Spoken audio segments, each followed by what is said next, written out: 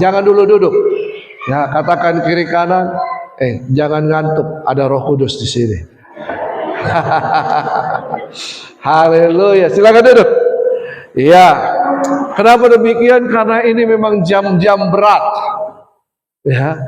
Jam yang berat, jam 1 lewat ini. Aduh, apalagi sudah habis makan. Ya. Biasa aja itu kalau habis makan minum kopi itu lebih enak ya. Haleluya. Bagaimana Om Budi ya? Oke. Nah, di sesi saya di sini ada tentang musik pujian dan penyembahan. Oke. Tapi apa yang ingin saya bagikan kepada kita semua, ini mungkin merupakan hal yang sangat-sangat mendasar. Ya. Ini hal yang sangat-sangat mendasar. Saya percaya skill itu bisa dipelajari karena latihan, betul kan? Skill, bermain musik, tamborin, bernyanyi, itu bisa dipelajari dengan latihan. Dulu saya punya suara itu kayak tikus kejepit zaman SD, TK, SD, SMP. Tapi setelah itu saya bertobat, saya minta kepada Tuhan tolong saya supaya saya bisa mendapatkan suara yang bagus, bisa bermain musik. Tapi itu tidak langsung tiba-tiba saya berdoa langsung terjadi. Tidak, saya main gitar karena saya diajar oleh seorang tante-tante. Ya, jadi ada seorang ibu datang di rumah, dia nginap karena ada masalah keluarga, lalu kemudian dia mulai ajar saya main gitar. Dari lagu apa? Bapa terima kasih. Ya, diajar saya ke nada di A, diajar. Dia main, saya lihat. Lalu apa yang selanjutnya? Saya main, dia lihat. Ya, jadi dari situ kemudian saya mulai belajar nyanyi, ya ikut lomba vokal grup, lomba solo. Tapi tidak seperti langsung terjadi demikian, belajar. Ya, skill bisa didapatkan karena belajar, betul kan? Tetapi saya akan bagikan bagi kita sebelum kita masuk ke lebih lanjut tentang dasar-dasar. Kenapa penting kita ada di dalam pelayanan praise and worship ini? Apakah ini hanya sekedar menyalurkan hobi? Oh, karena saya bisa nyanyi, karena saya bisa bermain musik. Oh ya, lebih baik saya salurkan di gereja. Tetapi apakah kita hanya sekedar tampil, performance? Ya, suara saya bagus, penampilan. Bahkan ada yang sebelum tampil, ada cilaknya di sini, alisnya dan sebagainya ditata dengan rapi. Ya, make up, eyeshadow, yang pria, cukup rapi dan semuanya. Apakah hanya sampai di situ? Ya, kalau hanya begitu, pelayanan kita tidak punya kuasa. Kuasa Roh Kudus tidak, ya kuasa Roh Kudus bisa bekerja, tetapi kita harus mempersiapkan diri kita. Kita harus mengerti dasar-dasar pelayanan. Ini sangat penting. Ya, kita melayani tanpa dasar, maka kita akan gampang tumbang. Kita tidak akan kuat. Karena itu apa yang saya ingin sampaikan adalah dasar kenapa penyembahan. Nah, ini dia.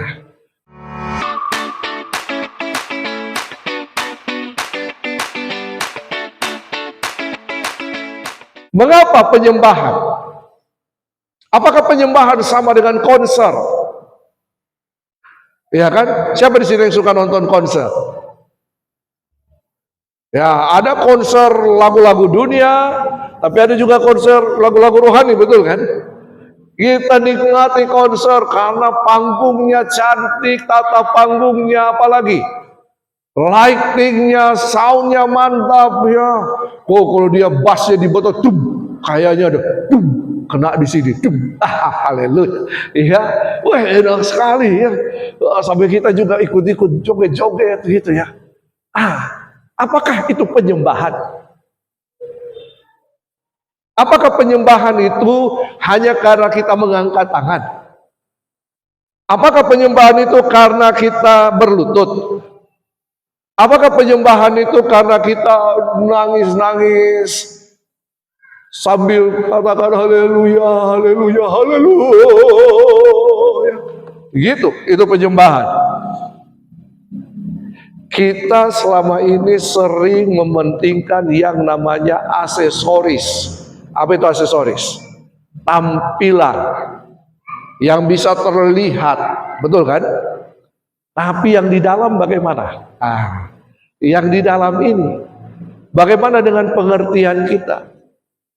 Ya, bagaimana hati kita? Ini penting. Mengapa penyembahan? Mazmur 22 ayat 4. Saya sudah berkutat lama dalam dunia praise and worship.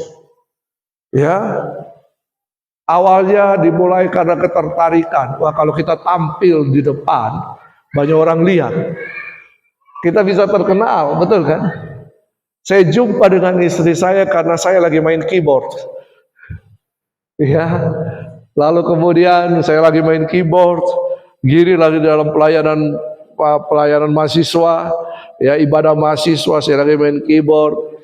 Istri saya bertiga, mereka baru pertama kali datang di ibadah mahasiswa itu.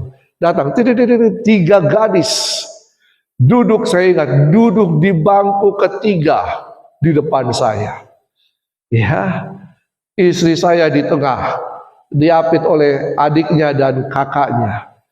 Lalu mata ketemu mata, hati berbicara. Saya lagi main keyboard, ya,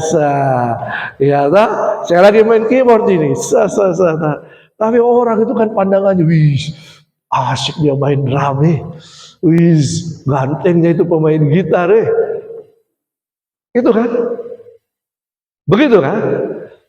Apa itu penyembahan? Penyembahan tidak hanya sekedar tampil di depan. Mazmur 22 ayat 4 berkata, padahal engkaulah yang kudus, yang bersemayam di atas puji-pujian orang Israel. Engkaulah yang kudus, yang bersemayam. Bersemayam apa itu? Yang tinggal. Ada yang berkata yang bertahta di atas puji-pujian orang Israel. Berarti puji-pujian, worship, praise ini mengandung pengertian yang sangat dalam.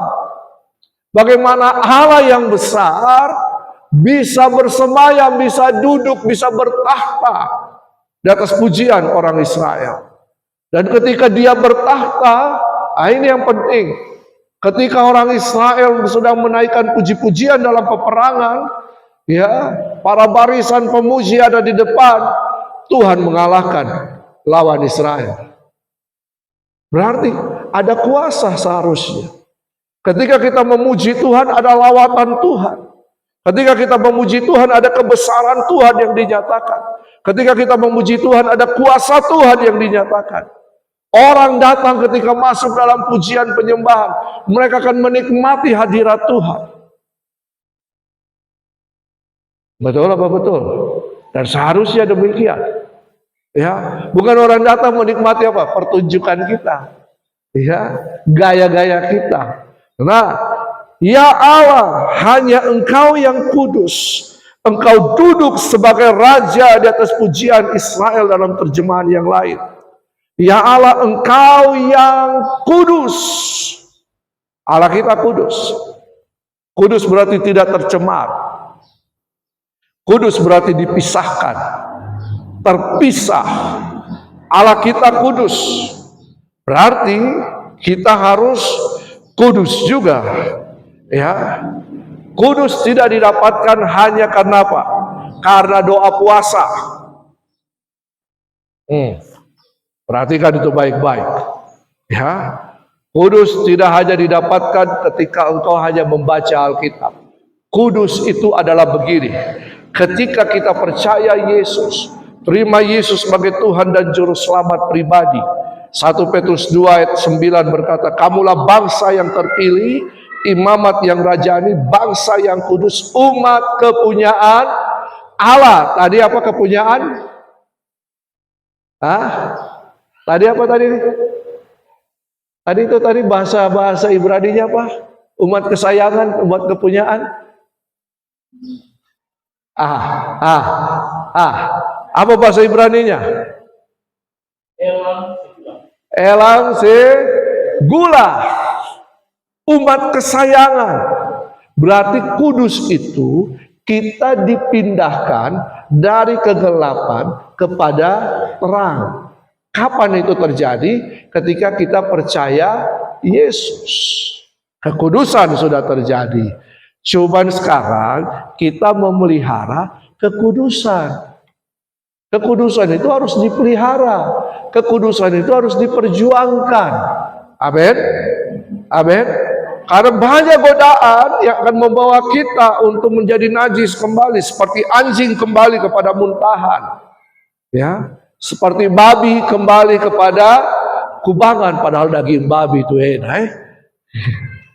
Siapa yang suka daging babi di sini? Ya, tapi kalau daging babi masih becek-becek enak tidak? Tapi kalau dia sudah disate, rica-rica, sedap ya. Haleluya.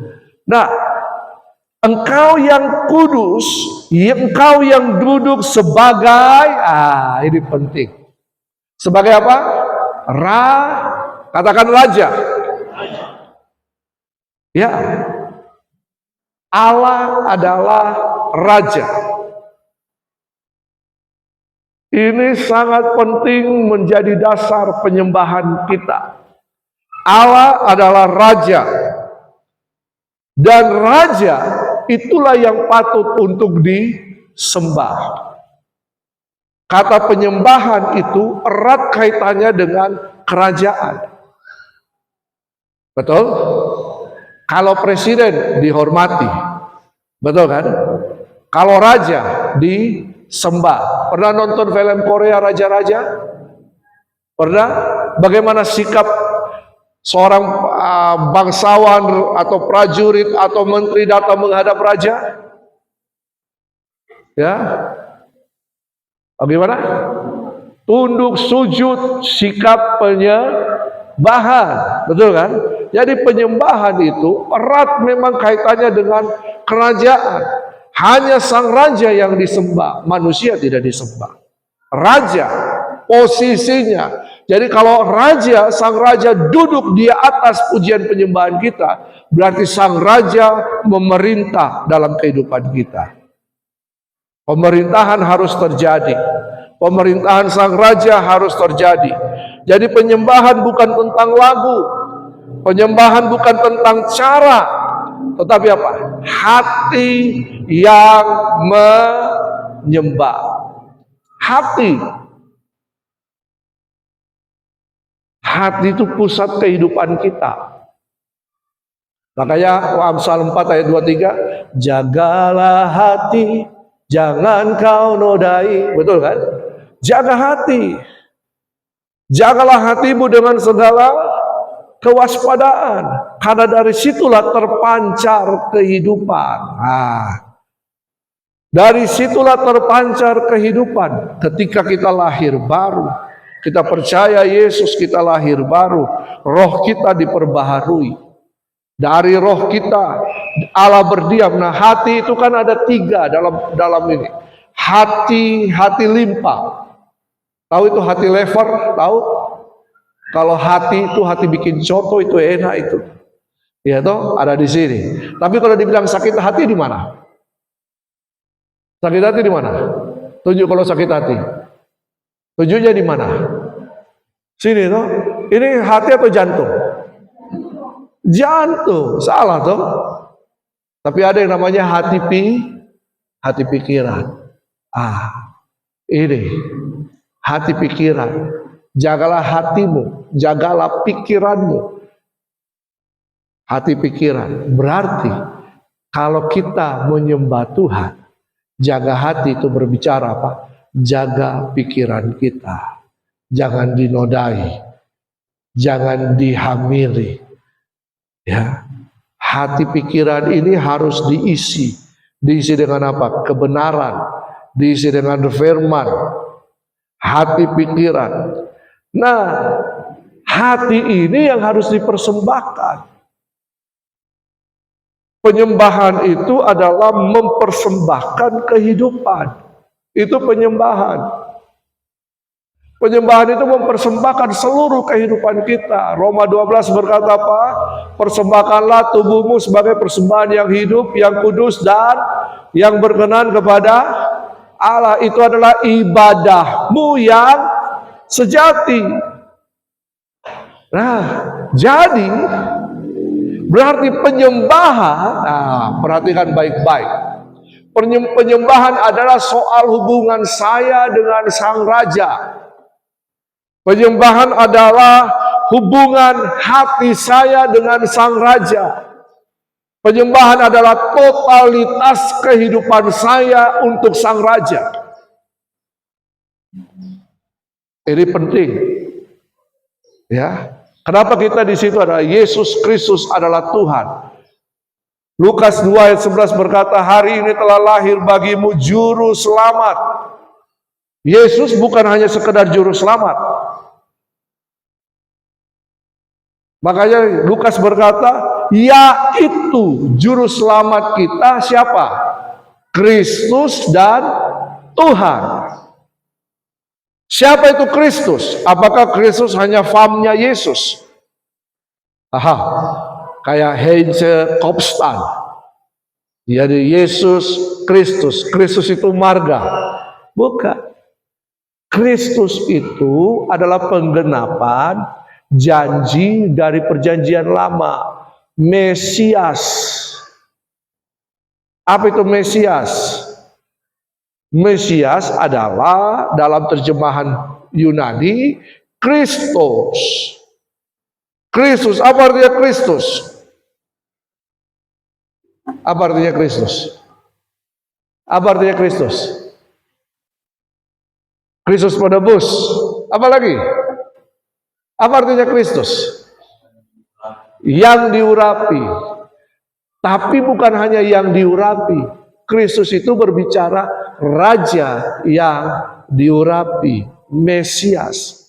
Makanya Petrus berkata, engkaulah Mesias, anak Allah yang hidup.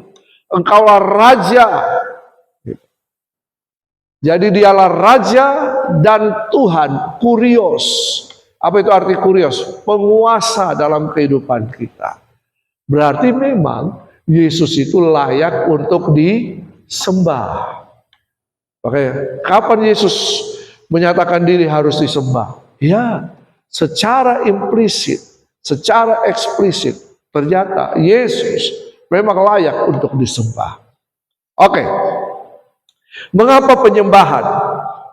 Itu dasar sekali.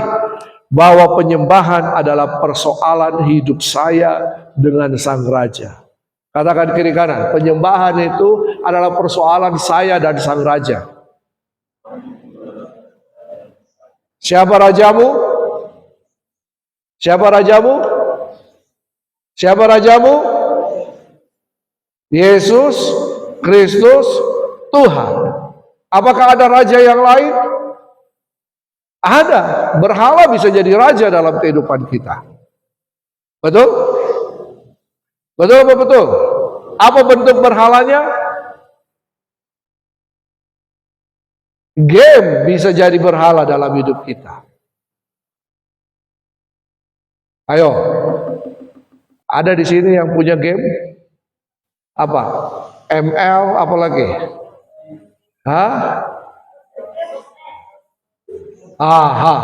Sudah mulai terjadi pengakuan di sini. Nah, biasanya adakah tiap kali latihan game dulu? Sementara latihan main game? Ada? Ada? Sementara praise and worship, kalau tidak bertugas, buka game? Ada? Sementara khotbah apalagi kalau dia khotbah lama sekali. Ada? Berarti dia telah jadi raja dalam hidupmu. Itulah penyembahan. Ingat, penyembahan adalah totalitas dari seluruh kehidupan kita. Hanya berhala yang mendistrak kita dari penyembahan kita kepada Sang Raja. Oke, mengapa penyembahan? Slide berikutnya. Yohanes 4 ayat 20 sampai 21. Yohanes 4 ayat 20 sampai 21 berkata begini. Nenek moyang kami menyembah di atas gunung ini, tetapi kamu katakan bahwa Yerusalemlah tempat orang menyembah. Kata Yesus kepadanya, percayalah kepadaku hai perempuan, saatnya akan tiba bahwa kamu akan menyembah Bapa, bukan di gunung ini dan bukan juga di Yerusalem. Titik dulu sampai di situ. Ini kisah ketika Yesus sedang ketemu seorang perempuan sama Ria yang punya berapa suami? Saya tidak bawa hadiah, jadi saya berapa suami?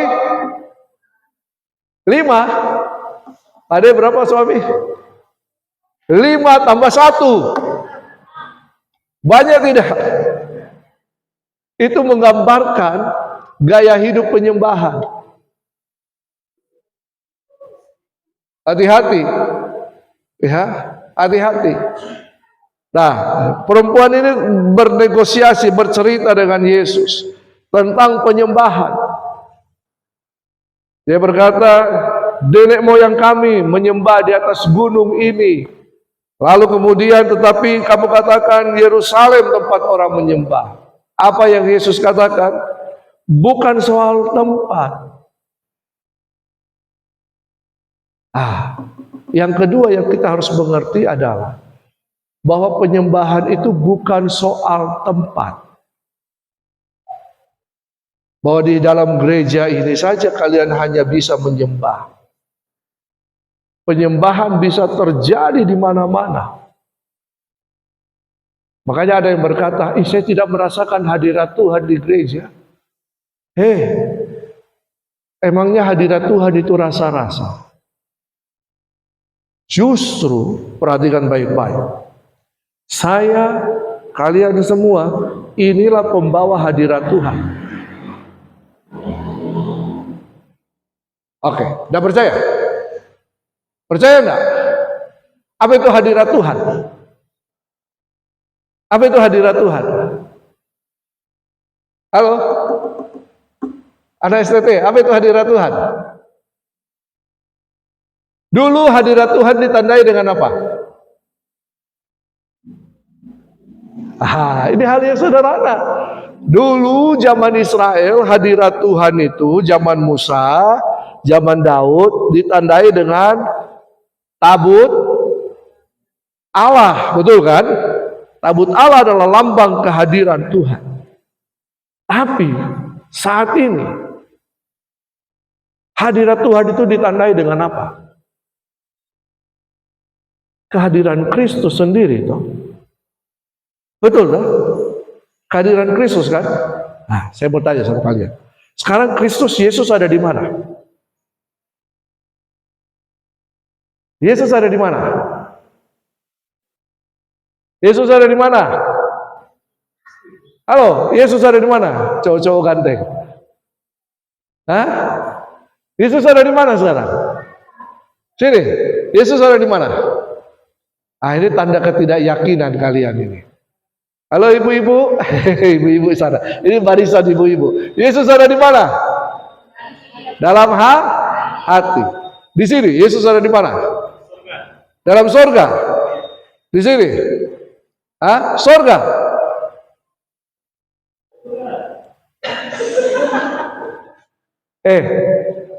Kita punya Yesus berdiam di surga, tapi dia juga ada di dalam hati kita. Betul kan? Kan ada dulu lagu sekolah minggu, Yesus di hati, tiada sukar, tiada sedih, Yesus di hati, betul kan?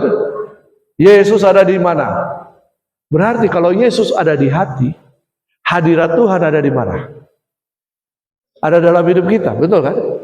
Berarti seharusnya kita yang punya Yesus itulah pembawa hadirat Tuhan, betul kan? Percaya tidak? Saya dan kalian ini pembawa hadirat Tuhan. Untuk apa Yesus ada dalam kita? Hanya diam-diam saja? Makanya kamu di dalam aku di dalam kamu. Kita ini dikelilingi oleh hadirat Tuhan. Jadi hadirat Tuhan itu bukan suatu tempat yang kita keluar masuk. Mari kita undang hadirat Tuhan di tempat ini. Oh, rasakan hadirat Tuhan. Haleluya. Hei, kalian sendiri pembawa hadirat Tuhan.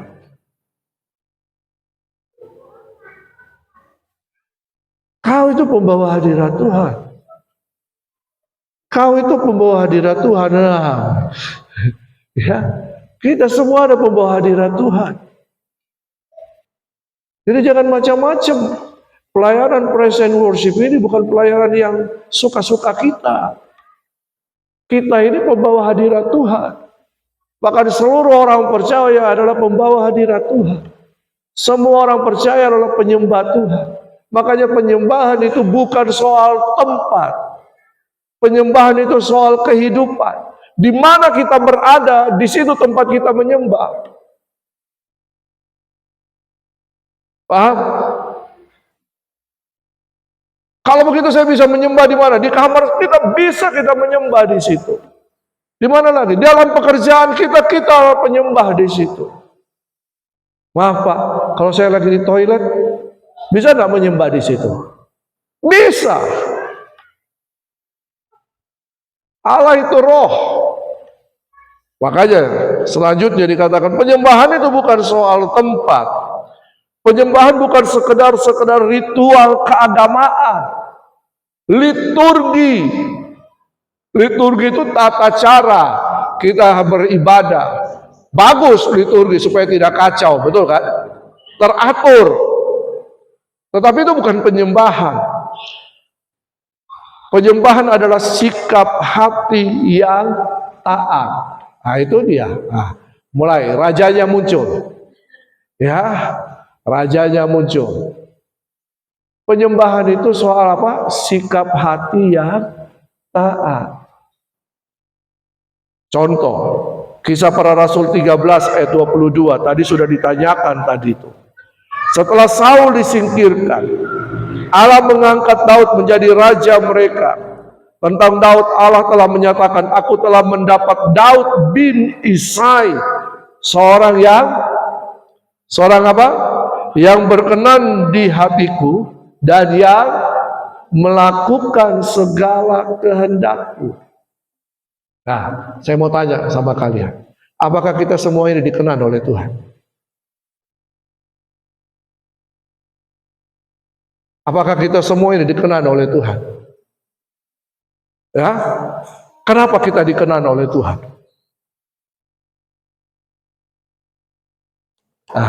Kalian dikenan oleh Tuhan? Dikenan. Apa itu dikenan? Apa itu dikenan? Kenapa kita dikenan?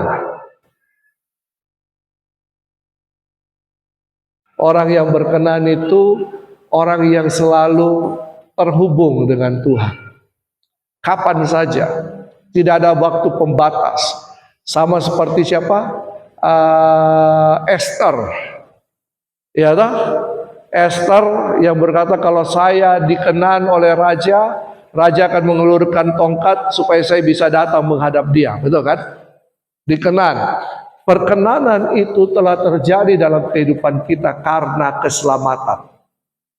Keselamatan itu merupakan perkenanan Tuhan dalam kehidupan kita.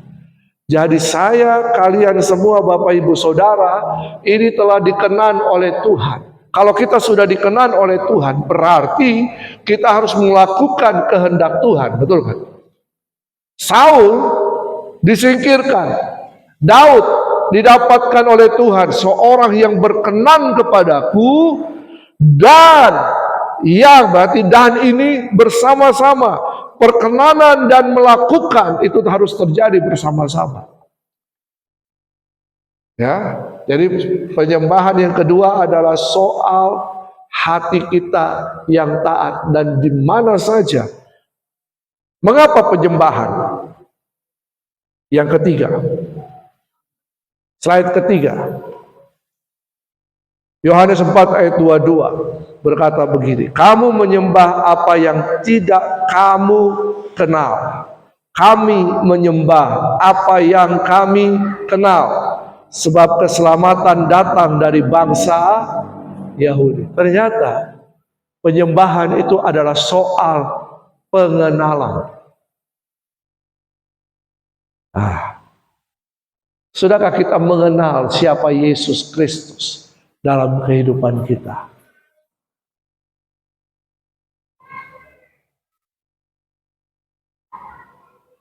Ini soal pengenalan. Yesus berkata, kamu menyembah apa yang tidak kamu kenal. Kami menyembah apa yang kami kenal. Penyembahan adalah pengenalan yang benar kepada Sang Raja. Kenal itu, ini. Apa kata kenal dalam bahasa Yunani? Ya, eido, katakan eido. To see with the mind's eyes. Apa? Melihat dengan mata pikiran. Ya, signifies a clear and purely mental perception. Di apa ini? Artinya apa ini? Jangan buang sampah sembarangan. Ya. Jadi kita harus mengenal dengan apa? Pemahaman yang benar. Dengan pikiran yang benar. Mengenal bukan dari kata orang, mengenal karena perjumpaan pribadi dengan Yesus. Apa bedanya Saulus dan Paulus? Saulus menganiaya murid karena dia hanya mengerti tentang agama. Dia membela agamanya, agama Yahudi. Makanya Yesus datang kepada Saulus, Saulus, mengapa engkau menganiaya aku? Tapi setelah mengalami perjumpaan dengan Yesus, hidup Saulus berubah. Saulus mengenal Yesus seutuhnya. Kita Saulus. Tapi sudahkah kalian mengalami perjumpaan dengan Yesus? Hanya dengan mengalami perjumpaan dengan Yesus, maka kita akan mengenal pribadinya. Penyembahan itu adalah perjumpaan kita dengan pribadi Yesus. Perjumpaan adalah pengenalan kita dengan pribadi Yesus. Yang jadi pertanyaannya, siapa Yesus dalam hidupmu? Siapa Yesus dalam hidupmu?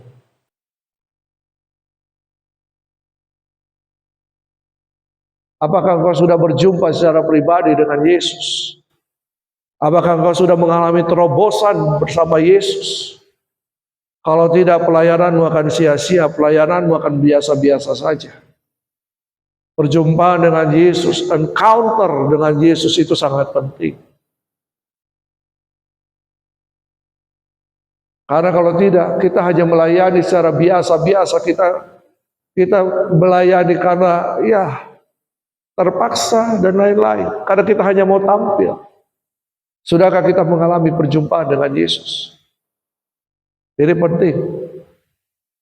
Pertanyaan yang kedua, kalau belum, maukah kita mengalami perjumpaan dengan Yesus? Mau enggak? Siapa yang mau?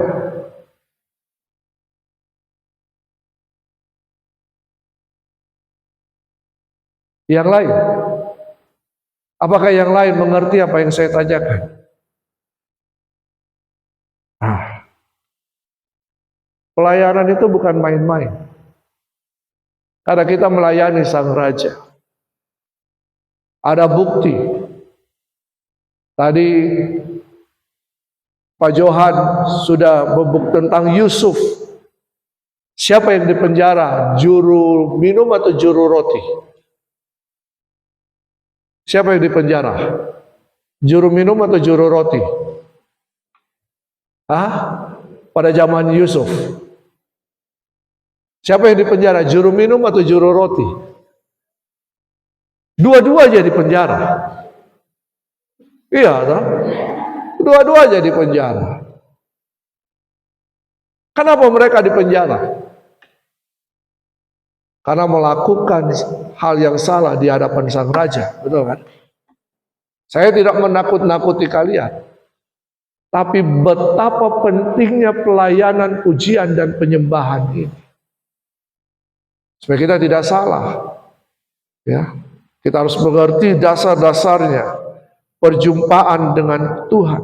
Apa itu pengenalan? Pengenalan itu ginosko, acknowledge grounded on personal experience. Apa itu ginosko? Ginosko adalah pengenalan karena pengalaman bersama Yesus. Itu ginosko. Apakah kalian punya pengalaman berjalan bersama Yesus? Apakah kalian punya pengalaman di persekutuan yang indah dengan Yesus? Sudahkah kalian mengalami pengalaman itu? Pengalaman bagaimana Tuhan melawat hidupmu. Bagaimana pengalaman hadirat Tuhan menyentuh hidupmu. Sehingga kau tahu, oh hadirat Tuhan seperti ini. Ya, sehingga kita tidak melayani hanya sekedar tampil, tapi kita tahu kita ada betul-betul menikmati hadirat Tuhan. Ya, saya percaya mungkin kalian tidak tahu kalian adalah pembawa hadirat Tuhan. Nanti tadi baru saya kasih tahu, karena mungkin kalian belum mengalami hadirat Tuhan itu sendiri. Kalau kita belum mengalami hadirat Tuhan, bagaimana kita bisa melayani dalam pujian penyembahan? Halo, siapa di sini yang sudah pernah ke Makassar? Yang sudah pernah ke Makassar? Sudah semua? Siapa yang belum pernah ke Makassar? Halo? Oke, yang kedua, mungkin Makassar dekat. Siapa yang sudah pernah ke Surabaya? Tahukah kota Surabaya seperti apa? Taumu karena sudah pergi ke sana atau hanya lihat di YouTube atau dengar kata orang? Hah? Hanya lihat di TikTok, di internet, gambar. Itu sama dengan pengenalanmu dengan Tuhan. Pengenalanmu apakah pengenalan secara pribadi kau berjumpa dengan Tuhan, atau hanya lewat kata orang, atau hanya melihat saja? Itu sama saja kalian jadi calo hadirat Tuhan. Kalian calo? Ya, kalian calo. Kalau begitu kalian harus mentransformasi pelayanan kalian. Main tamborin bukan hanya sekedar pukul tamborin. Iya kan? Lempar. Orang lihat. Lempar-lempar udah kembali. Ya, main gitar dia. Tarik lagi. Ya, supaya orang lihat. Skill penting. Tapi skill akan tetap menjadi skill dan orang hanya menikmati skill tanpa mengalami perubahan hidup.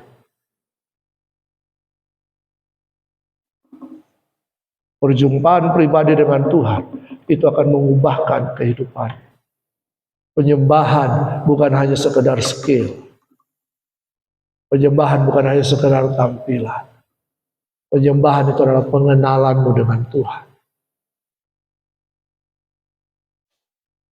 Coba kalian tutup mata sebentar. Tutup mata sejenak dan jangan sampai tertidur. Ya. Coba tutup mata. Tutup mata, jangan lihat kiri, lihat kanan. Konsentrasi sepenuhnya kepada Tuhan. Ya. Dan coba kalian panggil kata ini. Bapa.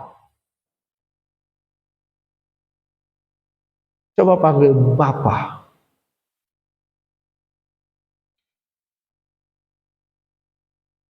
Apa yang kalian rasakan?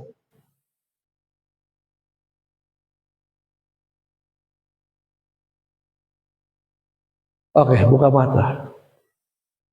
Bagaimana perasaan kalian? Apakah kalian merasakan ada sesuatu? Atau biasa-biasa saja? Atau ada sesuatu yang menyentuh, ada damai, atau ada rasa yang tak terlukiskan karena rasa itu pernah ada. Ya. Ada yang alami seperti itu? Ada yang merasakan sesuatu? Atau tidak rasa apa-apa? Yang tidak rasa apa-apa, tidak apa-apa. Angkat tanganmu saja, jujur saja. Jujurlah padaku. Nah, ada yang tidak merasakan apa-apa? Ada. Jujur aja. Bukan untuk menghakimi, supaya saya juga tahu sampai di mana nanti kita akan melayani kalian. Ada nggak? Ada yang nggak merasakan apa-apa? Oke.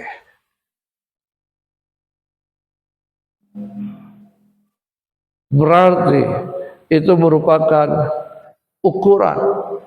Yohanes 4 ayat 23 sampai 24. Kita lihat bersama. Tetapi saatnya akan datang dan sudah tiba sekarang, bahwa penyembah-penyembah benar akan menyembah Bapa dalam roh dan kebenaran, sebab Bapa menghendaki penyembah-penyembah demikian. Nah, ini penting. Ini sangat penting. Allah itu roh, dan barang siapa menyembah Dia harus menyembahnya dalam roh dan kebenaran. Tadi ingat, penyembahan itu bukan soal tempat saja, betul kan? Penyembahan itu soal hati, pikiran kita, pengenalan kita. Ya. Nah, dikatakan di sini Allah itu roh. Jadi di mana saja kita bisa menyembah Tuhan. Di mana saja kita bisa menjadi penyembah. Nah, penyembahan ini banyak kaitannya. Orang selalu hanya mementingkan apa? Aksesorisnya. Alat musiknya, soundnya. Itu memang penting. Tapi yang penting itu hidup kita. Seorang penyembah haruslah menyembah Bapa dalam roh dan kebenaran. Dalam roh bukan hanya bicara bahasa roh, tapi dalam roh berarti roh kita sudah dibangkitkan. Manusia itu terdiri dari tubuh, jiwa, dan roh.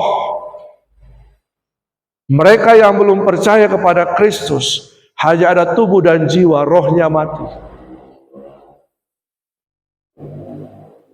Tapi dalam Kristus ada keselamatan. Ketika kita percaya Yesus, menyerahkan hidup kita kepada Yesus, maka roh kita akan dibangkitkan menjadi tempat kediaman roh Allah. Sehingga kita bisa mengerti, merasakan, menikmati hubungan roh itu. Roh kita dan roh Tuhan. Menyembah dalam kebenaran. Apa itu menyembah dalam kebenaran? Bahwa kita telah dibenarkan oleh Allah, dilayakkan, dikenan oleh Allah, dan melakukan kebenaran. Keselamatan itu berbicara tentang apa? Pertobatan. Tanda kita bertobat apa? Tanda kita menjadi milik Kristus, dibaptis. Penting. Seorang pelayan Tuhan harus memiliki pertobatan. Tanda pertobatan menjadi milik Kristus harus dibaptis. Berarti kita jadi milik Kristus. Ya. Harus dibaptis. Tidak bisa tidak. Karena engkau hanya akan melayani dengan keduniawianmu. Karena hanya engkau melayani dengan akal budimu. Pelayananmu hanya sampai di daging. Untuk menyenangkan daging. Bukan roh. Dengarkan baik-baik. Allah itu roh. Barang siapa menyembahnya, harus menyembahnya dalam roh dan kebenaran. Ini tidak bisa ditawar-tawar. Sebab Bapa menghendaki demikian. Penyembah yang demikian. Surga tidak kekurangan orang untuk melayani.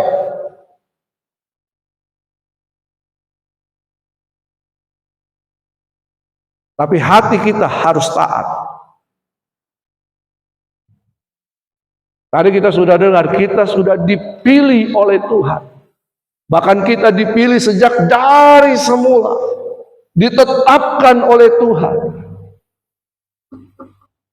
untuk melakukan kehendak-Nya. Menyembah dalam roh, menyembah dalam kebenaran. Yohanes 3 ayat 3 berkata apa? Coba baca. Yohanes pasal 3 ayat 3. Tapi kamu kalau tidak dilahirkan dari roh, dari air dan roh, kamu tidak melihat kerajaan Allah. Bagian berikutnya lagi, ayat berikutnya, kalau kamu tidak dilahirkan dari air dan roh, kamu tidak akan masuk dalam kerajaan Allah. Perhatikan baik-baik. Jadi kalau yang sudah melayani, belum memenuhi apa yang dikatakan oleh Tuhan Yesus, relakan dirimu, jangan keraskan hatimu. Kau ada di tempat ini karena ada rencana Tuhan.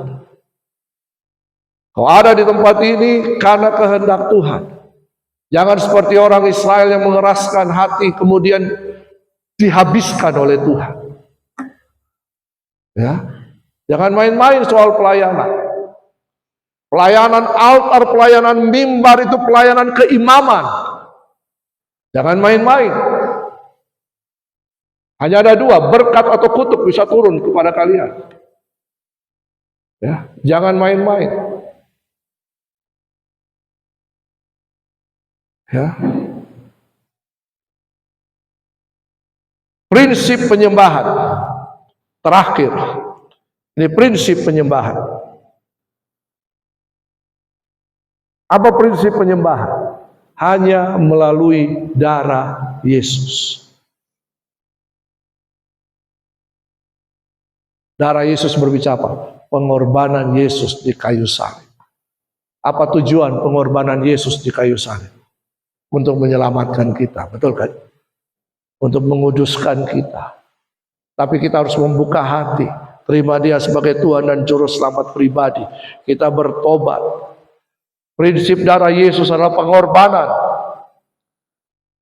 Melalui darah Yesus, coba baca Ibrani 10 ayat 19. Lihat, Ibrani 10 ayat 19.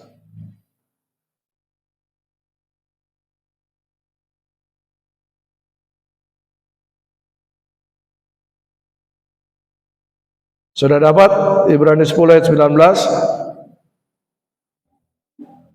Jadi saudara-saudara, oleh darah Yesus kita sekarang penuh keberanian dapat masuk ke dalam tempat kudus. Oleh darah Yesus. Darah Yesus tidak hanya sekedar dinyanyikan. Kita nyanyi darah Yesus, banyak lagu darah Yesus toh. Tapi itu belum tentu kita dibawa masuk ke dalam tempat kudus. Alami darah Yesus. Penyucian itu. Pengudusan itu. Mengalami kelahiran kembali. Tadi saya sudah katakan. Ini prinsip penyembahan. Bagaimana kamu bisa mempersembahkan tubuhmu sebagai persembahan yang hidup kudus dan berkenan kepada Allah, dan itu adalah ibadah kita kalau kita tidak memberikan hidup kita kepada Tuhan. Lewat apa? Kelahiran baru. Kelahiran baru berbicara tentang apa? Kita dilahirkan kembali dengan DNA Kristus. Kristus menjadi raja dalam kehidupan kita. Jangan main-main. Ya. DNA Kristus. Makanya Yohanes 3 ayat 3 sampai 5. Kalau kamu tidak dilahirkan kembali dari air dan roh, tidak dilahirkan untuk mengenakan DNA Kristus, tidak akan masuk dalam kerajaan Allah. Nah, perhatikan. Apa itu DNA? Kita jadi keturunan bersama Kristus kan? Yesus yang sulung dikatakan. Turunan ilahi. Sikap hati yang polos dan rendah hati. Nah, sikap hati yang polos. Yang polos itu yang murni di hadapan Tuhan. Yang rendah hati itu taat, mau diajar, setia. Prinsipnya Tuhan ada di mana-mana. Tuhan ada di mana-mana. Berarti saat kita, nah ini ada prinsip begini. Prinsip Taman Eden. Manusia diciptakan di mana? Di Taman Eden atau di luar Taman Eden? Hah? Manusia diciptakan di mana? Di luar Taman Eden atau di dalam Taman Eden? Hah? Di luar Taman Eden atau dalam Taman Eden? Siapa yang di dalam? Jangan takut angkat tangan. Siapa yang di luar? Hah? Di dalam Alkitab, baca Kejadian pasal 2. Tuhan menciptakan manusia, lalu menempatkan manusia di Taman Eden. Berarti di luar. Jadi Tuhan menciptakan manusia, Tuhan juga ciptakan binatang dan lain-lain sebagainya, betul kan? Tapi siapa yang dipilih Tuhan untuk mengelola Taman Eden? Manusia. Tuhan mengambil manusia, apakah Adam kemudian bikin proposal kepada Tuhan, surat lamaran. Tuhan, saya melamar kepada yang terhormat, Tuhan Allah di sorga. Salam sejahtera. Dengan ini saya mengajukan lamaran untuk bekerja di Taman Eden. Tidak? Tidak demikian kan? Tuhan sendiri yang mengambil manusia dan menempatkan manusia di. Berarti Tuhan yang pilih manusia. Betul kan? Berarti pilihan itu datang di awal, ya kan? Berarti Tuhan telah memilih saya, kalian ini. Tuhan telah pilih kita ini. Lalu kemudian ditempatkan di Taman Eden. Untuk apa di Taman Eden? Untuk apa? Berdoa. Untuk mengusahakan dan mengelola Taman Eden. Nah, perhatikan baik-baik. Ada kata usaha di situ. Jadi kehidupan kita ini selalu ada kaitannya dengan usaha. Usaha itu akan mendatangkan apa? Hasil. Hasil itu berbicara apa? Buah. Tadi Pak Johan sudah jelaskan. Hidup kita harus berbuah, betul kan? Hidup kita harus menghasilkan dari mana? Usaha kita. Usaha. Nah, kata usaha ini dalam bahasa Ibrani menggunakan kata abad. Asal katanya abad. Apa itu abad? Levitical service unto God. Pelayanan keimamatan kepada Tuhan. Berarti Adam ditempatkan di Taman Eden untuk berusaha, untuk bekerja. Bekerja ini sebagai pelayanan keimamatan kita kepada Tuhan. Tapi abad ini kemudian berkembang menjadi avoda. Avoda dalam kemudian bahasa Arab abodah, dan kita kenal sekarang apa? Ibadah. Perhatikan baik-baik. Jadi kata avoda itu mengandung dua arti, bekerja dan beribadah. Katakan avoda berarti bekerja dan beribadah. Dasar pujian, dasar kita melayani pujian penyembahan firman Tuhan. Betul kan? Terlihat dari mana penyembahan kita dalam kehidupan sehari-hari. Kehidupan sehari-hari kita ada di mana? Banyak dalam kehidupan ini di marketplace saat kita bekerja, betul kan? Disitulah tempat penyembahan kita. Aksesorisnya apa? Angkat tangan, berlutut, main musik, menyembah, itu aksesoris. Tapi pengertian yang benar adalah bahwa kehidupan kita sepenuhnya adalah penyembahan kepada Tuhan. Jadi dimanapun kita bisa menyembah. Justru pekerjaan kita adalah ibadah kita. Ibadah kita diwujudkan lewat pekerjaan. Apa itu ibadah? Jadi pertanyaan sekarang, apa itu ibadah? Apakah ibadah hanya tepuk-tepuk tangan?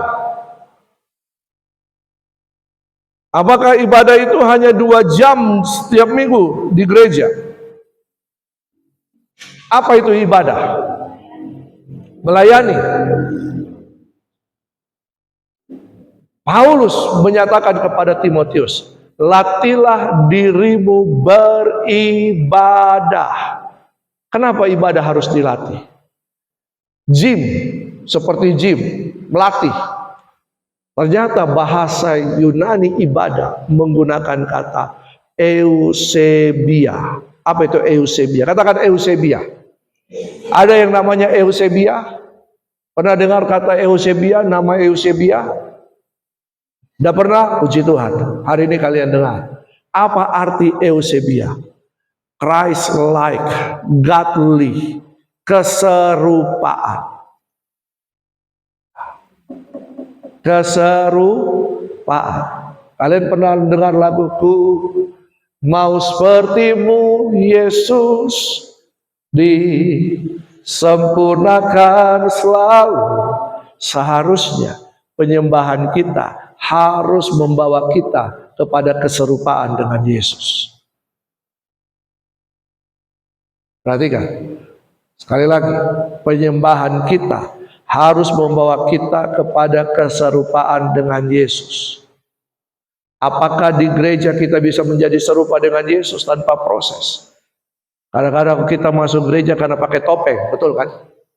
Makanya buka dulu topengmu, ya.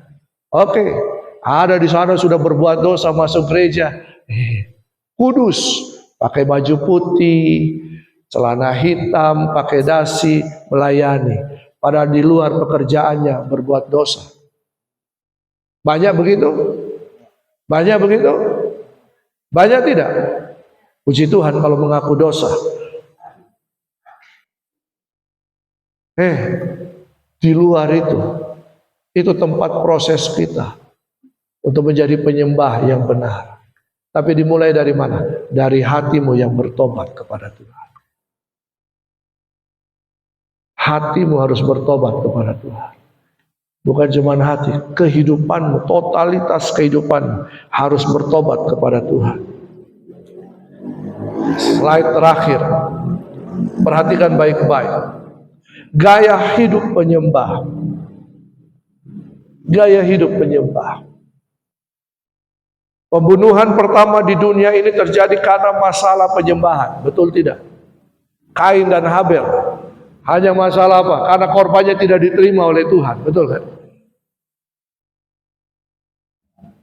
Penyembahan. Karena ini menentukan sikap hati. Sikap hati. Bagaimana sikap hati atau gaya hidup penyembahan?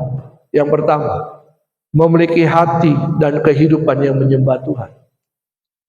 Fokus kepada Kristus. Yesus yang pertama dan yang terutama. Ada lagunya itu toh? Apa lagi? Hah? Ya, itu lagu lambat ya istilahnya.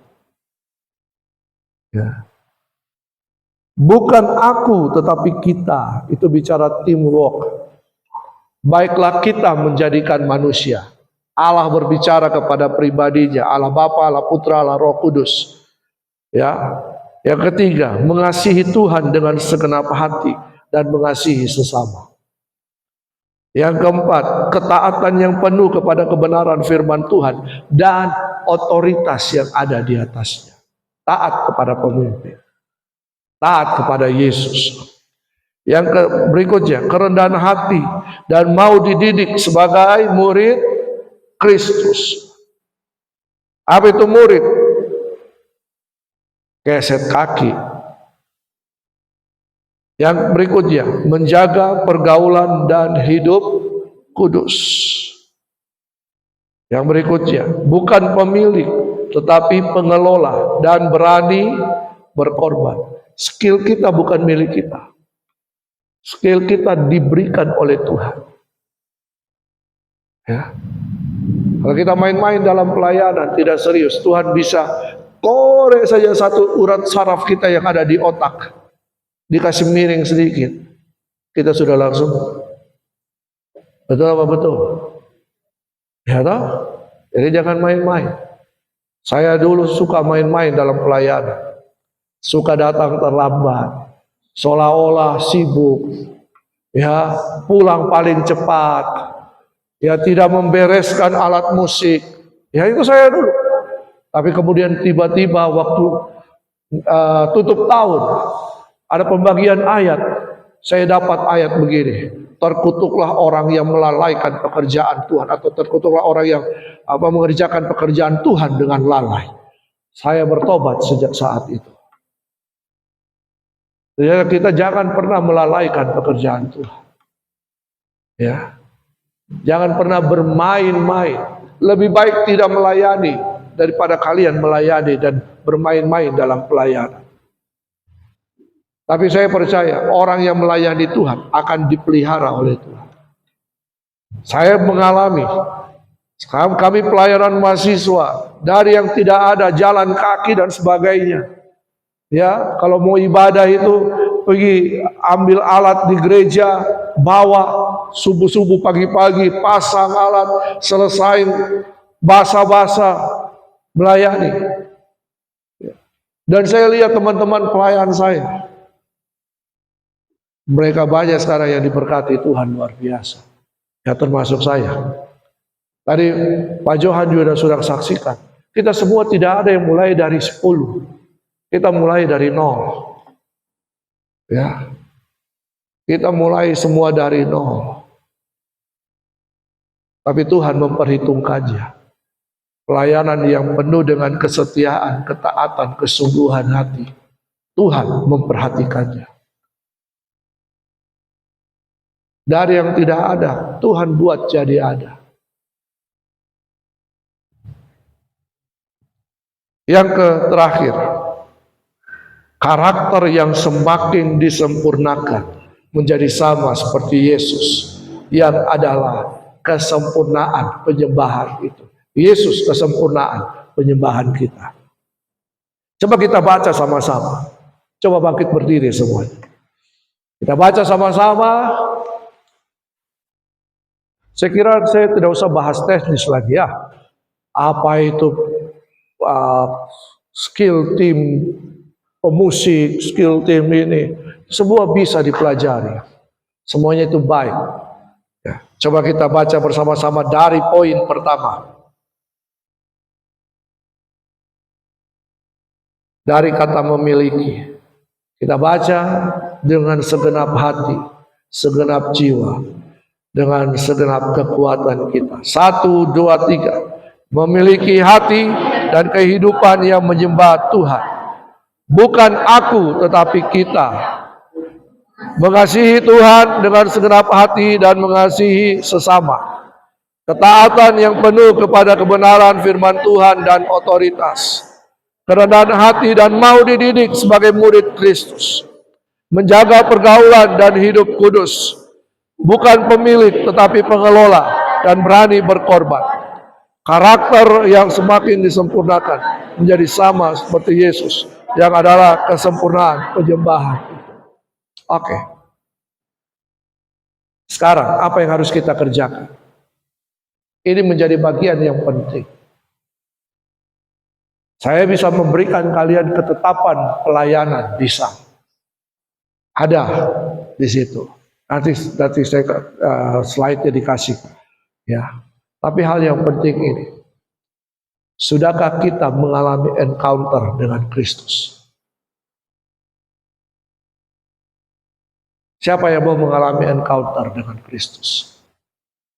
Kuasa terobosan Roh Kudus. Ada yang mau? Oke. Tidak usah peduli kiri kanan, semua tutup mata.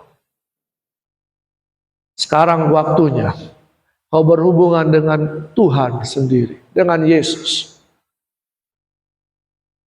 Secara pribadi. Amnon bisa jadi aman. Maksudnya, Amnon manusia biasa. Tapi menjadi ibu kota, aman. Kehidupan kita kalau dalam Kristus yang biasa-biasa, Tuhan bisa pakai dengan luar biasa. Minta Roh Kudus. Kita butuh Roh Kudus dalam pelayanan. Supaya bukan kekuatan kita. Bukan kekuatan kita. Kita butuh Roh Kudus. Kita butuh encounter, pengalaman. Pertama kali berjumpa dengan Roh Kudus. Katakan kepada Roh Kudus. Saya percaya Roh Kudus ada di tempat ini. Saya percaya Roh Kudus ada di tempat ini. Katakan kepada Roh Kudus. Roh Kudus, kalau sekalian punya kesalahan, punya dosa yang tersimpan, punya kepahitan dan sebagainya, minta ampun kepada Tuhan. Katakan, Tuhan ampuni saya. Saya sudah banyak melakukan kejahatan, dosa, perbuatan yang tidak berkenan kepadamu. Ampuni saya. Saya orang yang keras kepala, Tuhan. Saya tidak menaati firman-Mu. Ampuni saya. Ampuni saya. Serahkan hidupmu kepada Tuhan. Katakan, Tuhan, ini saya. Ini hidupku. Ini hidupku.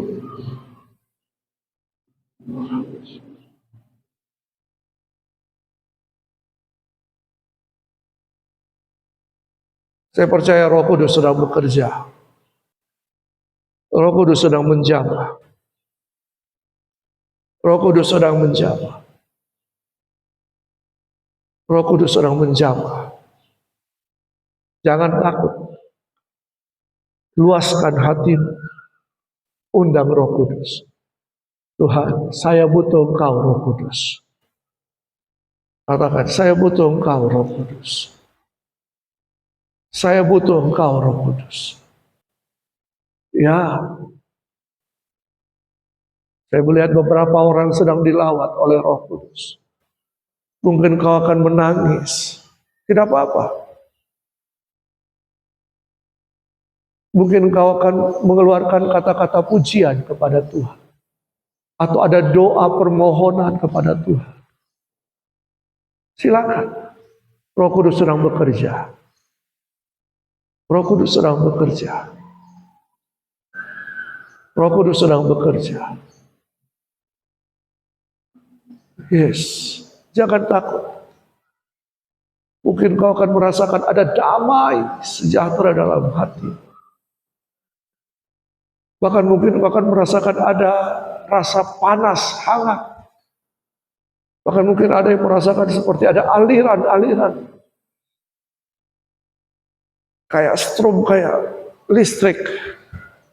Yes. Roh Kudus ada di tempat ini. Ya ratakaraba shika lakaraba ya raba. Hibba takaraba ya raba shika. Mari alami perjumpaan pribadi dengan Roh Kudus. Yes.